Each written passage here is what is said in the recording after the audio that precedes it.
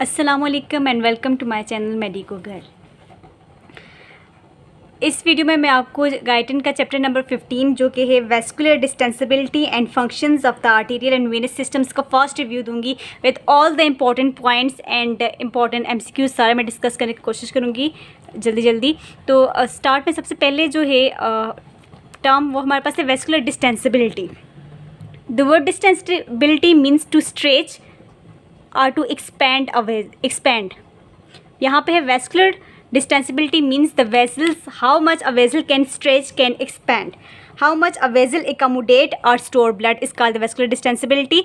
इसका फॉर्मूला जो लिखा हुआ है वो है change in volume divided by change in pressure into original volume. अब हम वेजल्स को देखें तो वेन्स, आर्टरीज, कैपिलरीज आ जाती हैं। इन तीनों किस्म की वेजल्स में वेन्स जो हैं वो सबसे ज़्यादा डिस्टेंसिबल होती हैं, सबसे ज़्यादा स्ट्रेच और एक्सपैंड कर सकती हैं वेन्स। एस्टिमेट में अगर आपको बताऊं तो वेन्स हमारे पास 8 टाइम्स ज़्यादा distensible as compare to that of the arteries, और कैपिलरीज की डिस्टेंसिबिलिटी सबसे ज़्यादा कम होती है। पल्मोनरी आर्टरी की डिस्टेंसिबिलिटी के यहाँ पे जिक्र किया गया है। पल्मोनरी आर्टरी जो है उसमें जो प्रेशर होता है वो सिस्टेमिक आर्टरी के मुकाबले में 6 टाइम्स कम होता है, लेकिन उसकी डिस्टेंसिबिलिटी सिस्टेमिक आर्टरीज के मुकाबले में 6 टाइम्स ज़्यादा होती है। ये आपने याद रखना है, इसकी डिस्टेंसिबिलिटी सिस्टेमिक आर्टरीज के मुकाबले में 6 टाइम्स ज़्यादा होती है। नेक्स्ट टर्म है वेस्कुलर कंप्लायंस। कंप्लायंस का मतलब ये है कि total quantity of the blood that can be stored in a given amount of circulation, कि total quantity of the blood जो है वो किसी भी वेजल में कितना आएगा। तो ये किस पे डिपेंड करता है, वेस्कुलर डिस्टेंसिबिलिटी पे, साथ में वॉल्यूम ऑफ द वेजल में। लाइक अगर मैं वेन की बात करूँ तो वेन की कंप्लायंस ये होगी कि वेन की डिस्टेंसिबिलिटी कितनी है इनटू वेन का वॉल्यूम कितना है। तो ये डिस्टेंसिबिलिटी के साथ साथ वॉल्यूम भी इसमें आ जाता है कंप्लायंस में। वेन्स की डिस्टेंसिबिलिटी 8 टाइम्स होती है as that of the corresponding arteries के मुकाबले में 8 टाइम्स ज़्यादा होती है डिस्टेंसिबिलिटी, और वेन्स का वॉल्यूम 3 टाइम्स ज़्यादा होता है। तो 8 इंटू 3 24 टाइम्स वेन्स ज़्यादा कंप्लायंस होती है as compare to that of the arteries. इन दोनों का डिफरेंस यही है कि distensibility means how much a vessel can expand, vessel कितनी एक्सपैंड हो सकती है, और कंप्लायंस मीन वेजल एक्सपैंड कितनी होती है, साथ में उसका वॉल्यूम भी कितना है। दोनों का मल्टीप्लिकेशन जो है वो वेस्कुलर कंप्लायंस कहलाता है। Next volume pressure curves. इसमें कोई भी बात नहीं है, कोई भी रॉकेट साइंस नहीं है। इसमें सिर्फ यही बताया गया है कि वेन के प्रेशर को चेंज करने के लिए है बहुत ज़्यादा अमाउंट ऑफ ब्लड चाहिए होता है। ब्लड का वॉल्यूम बहुत ज़्यादा अगर हम इंजेक्ट करें किसी भी पर्सन में तो वो वेन्स का pressure few millimetre of mercury veins का प्रेशर चेंज करेंगे। लेकिन इसके अपोजिट अगर हम देखें आर्टरीज को तो उसका प्रेशर इंक्रीज़ या डिक्रीज़ करने के लिए बहुत कम वॉल्यूम ऑफ द ब्लड चाहिए होता है। बहुत कम वॉल्यूम ऑफ द ब्लड आसानी से आर्टीरियल प्रेशर को चेंज कर सकता है। Affect of systemic stimulation and inhibition.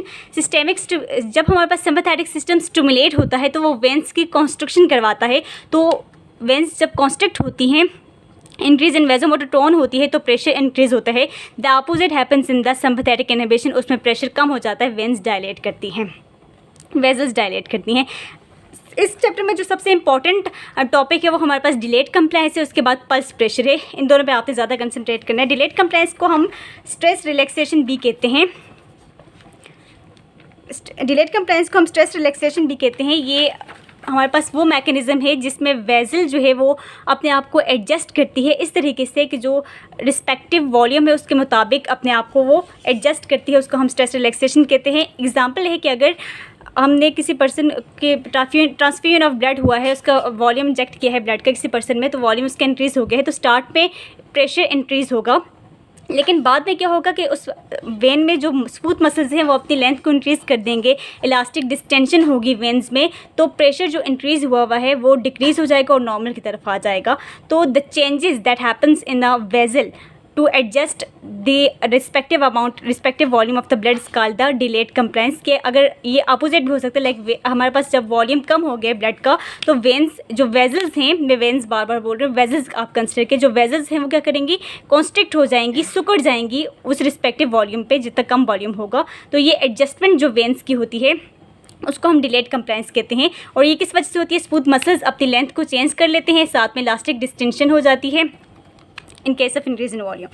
तो नेक्स्ट हमारे पास है pressure, pulse pressure. Pulse pressure is the difference between the systolic pressure and diastolic pressure. Systolic pressure minus diastolic pressure pulse pressure कहलाता है। नॉर्मली जो हमारे पास सिस्टोलिक प्रेशर होता है वो 120 होता है और डायस्टोलिक प्रेशर 80 होता है, तो ये 40 आ गया। अब हमारे पास है कि एबनॉर्मल पल्स प्रेशर, ये इंपॉर्टेंट बात है। एबनॉर्मल पल्स प्रेशर, इससे पहले जो बुक में दो फैक्टर्स दिए हुए हैं जिनपे पल्स प्रेशर डिपेंड करते हैं, एक सिस्टोलिक वॉल्यूम पे, साथ में आर्टीरियल कंप्लायंस पे। जितना ज़्यादा सिस्टोलिक वॉल्यूम, अगर सिस्टोलिक वॉल्यूम बहुत ज़्यादा है, कार्डिक आउटपुट ज़्यादा है, तो वेजल्स में ज़्यादा अमाउंट ऑफ द ब्लड आएगा। जब ज़्यादा अमाउंट ऑफ ब्लड आएगा वो ज़्यादा प्रेशर जनरेट करेगा, तो उसकी वजह से, ज़्यादा प्रेशर की वजह से डिफरेंस ज़्यादा आएगा और पल्स प्रेशर ज़्यादा हो जाएगा। Opposite is with the arterial compliance. जब आर्टेरियल कंप्लायंस ज़्यादा होगी, आर्टरी जो है वो ज़्यादा एक्सपैंड हो सकेगी, स्ट्रेच हो सकेगी, उसका वॉल्यूम जब ज़्यादा होगा तो ब्लड इतना प्रेशर जनरेट नहीं कर सकेगा। जब ब्लड कम प्रेशर जनरेट करेगा तो पल्स प्रेशर कम हो जाएगा। एबनॉर्मलिटीज़ देखते हैं पल्स प्रेशर की, तो इनमें से इंपॉर्टेंट एमसीक्यूज आते हैं जो मैं साथ साथ डिस्कस करूँगी। पल्स प्रेशर एक ही कंडीशन है जिसमें कम होता है, वो हमारे पास है aortic valve stenosis. Aortic valve stenosis में एओर्टिक वेल्व का डायमीटर कम हो जाता है।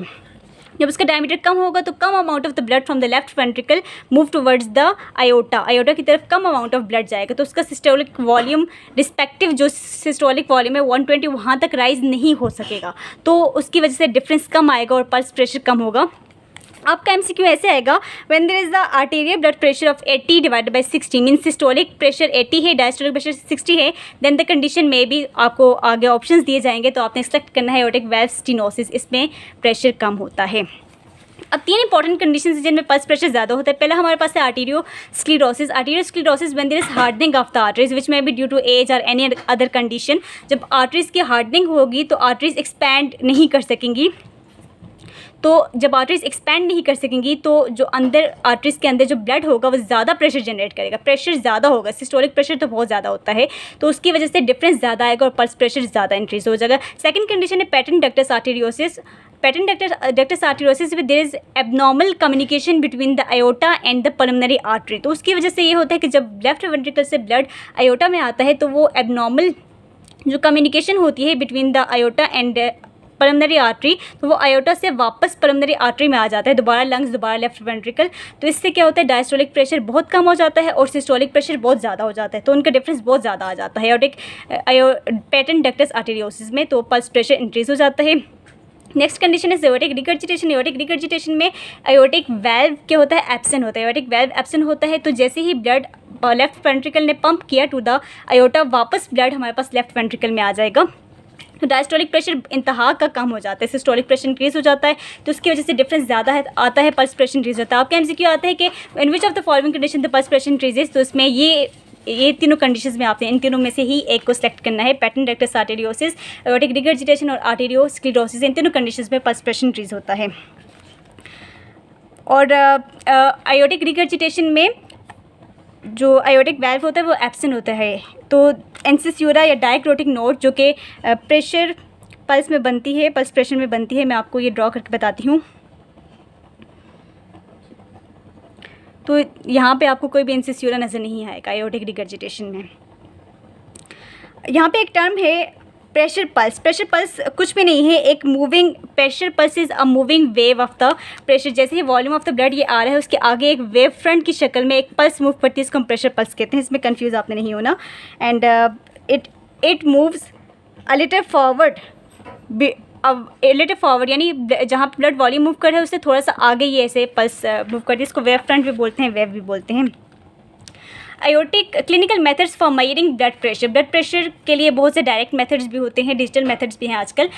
जो बुक में दिया हुआ है वो एक इनडायरेक्ट मेथड दिया हुआ है, उसको हम ऑस्कल्टेटरी मेथड बोलते हैं, और जो एपरेटस यूज़ किया जाता है इस मेथड के लिए वो उसको हम बोलते हैं स्फेग्मोमैनोमीटर।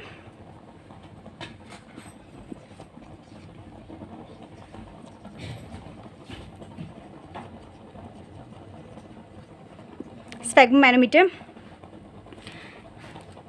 इसमें हमारे पास ब्रैकियल आर्टरी से ब्लड प्रेशर फाइंड किया जाता है। एंटीक्यूबिटल यहाँ पे रीजन में, एंटीक्यूबिटल रीजन में स्टेथोस्कोप लगाया जाता है, एक कफ लगाया जाता है अराउंड द अपर आर्म, और ऑफ कोर्स प्रेशर इंक्रीज़ किया जाता है अबव द सिस्टोलिक प्रेशर। उसके बाद आहिस्ता आहिस्ता प्रेशर को डिक्रीज़ किया जाता है। जब वो सिस्टोलिक प्रेशर पे पहुंचता है तो आपको एक टैपिंग साउंड सुनाई देती है, जो फर्स्ट टैपिंग साउंड है वो इंडिकेट करती है सिस्टोलिक प्रेशर को। उसके बाद जब साउंड हमारे पास चेंज होकर मफल्ड क्वालिटी में, लो क्वालिटी में आ जाती है लास्ट साउंड पे, लास्ट पे, तो उसको हम वहाँ पर जो प्रेशर होता है मैनोमीटर पर जो आपको दिखाई देता है वो हमारे पास डायस्टोलिक प्रेशर होता है। और आपने ये इंपॉर्टेंट बात याद रखते हैं कि डिफरेंसेस आ सकते हैं with the age, ageing effect हो सकता है उसमें आ सकते हैं। उसके साथ साथ एट्रोवेनस फिस्टुलास में आपके पास डिफरेंसेस आ जाते हैं और आयोटिक इनसफिशिएंसी वगैरह में।